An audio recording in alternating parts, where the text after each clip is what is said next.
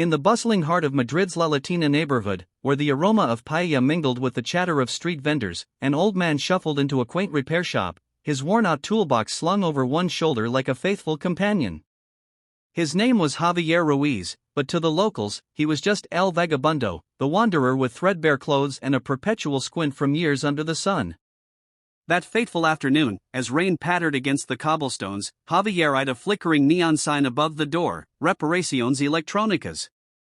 Inside, a young mechanic named Carlos was cursing at a tangled mess of wires from a customer's antique radio, his frustration mounting like storm clouds. Javier cleared his throat, his voice gravelly yet kind.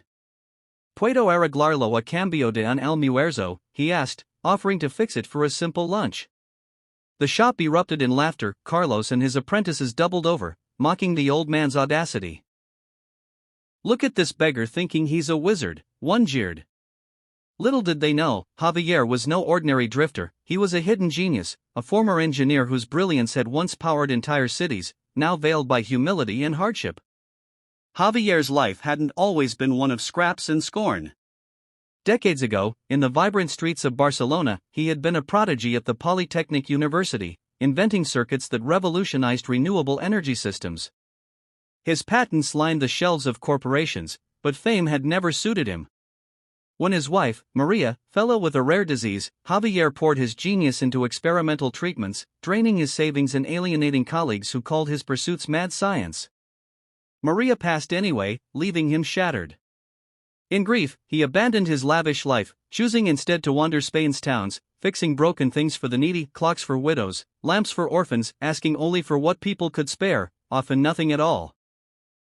It was his way of honoring Maria's memory, acts of quiet kindness, believing that true power lay not in accolades, but in lifting others without fanfare.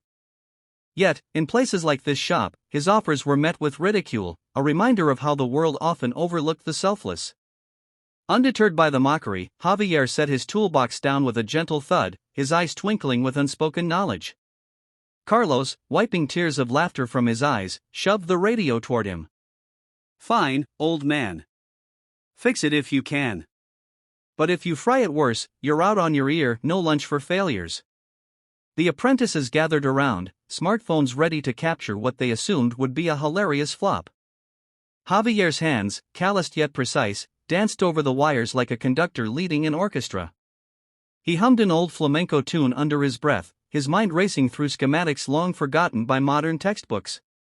Within minutes, he identified the issue. A corroded capacitor, not the obvious short circuit Carlos had diagnosed. But Javier didn't stop there. With improvised tools, a bent paperclip and a snippet of foil from his pocket, he not only repaired it but enhanced the radio's amplifier, drawing on principles from his university days to boost its signal clarity beyond factory specs. The shop fell silent as the radio crackled to life, broadcasting a crystal-clear bolero that filled the room with nostalgic melody. The apprentice's jaws dropped. Carlos stared, his ego deflating like a punctured tire. Word spread like wildfire through La Latina. Customers trickled in, drawn by the tale of the beggar who fixed the impossible. But Javier waved off praise, insisting on his simple trade, a meal shared, perhaps a story exchanged. Among the curious was Elena, a single mother whose daughter, Sofia, suffered from a congenital heart condition. Elena clutched a broken medical device. A portable monitor that tracked Sofia's vitals, essential for her survival but now glitchy and unreliable. "Please," she whispered to Javier, her eyes rimmed with exhaustion. "It's all we have. I can't afford a new one." The old man nodded, his heart aching in recognition of her desperation. It mirrored his own loss. As he worked late into the evening, the shop emptied, leaving only Carlos, who lingered guiltily, offering Javier a steaming plate of chorizo and bread. "I misjudged you," Carlos admitted, his voice low. Javier smiled faintly. "We all misjudge, amigo. It's what we do after that counts." The unexpected turn came at midnight, under the glow of a single bulb.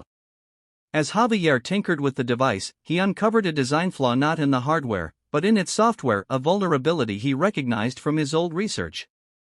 Drawing on his hidden genius, he didn't just patch it.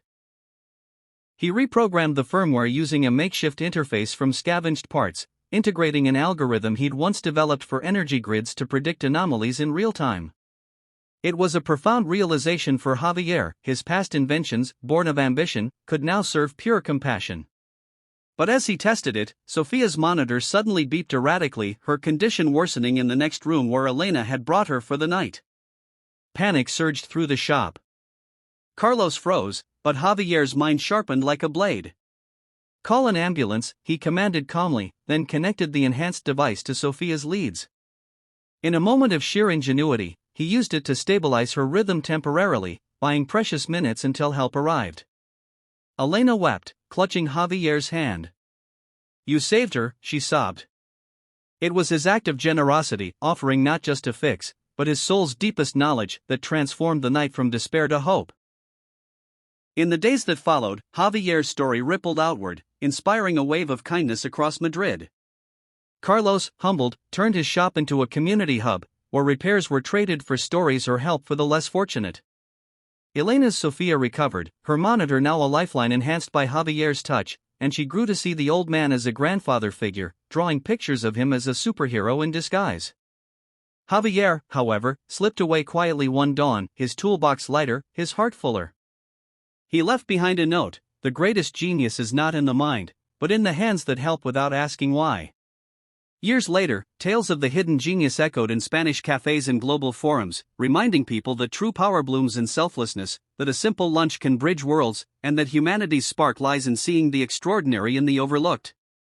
In a world quick to mock, Javier's legacy whispered, "Be kind, for you never know the genius you might awaken, or the lives you might save."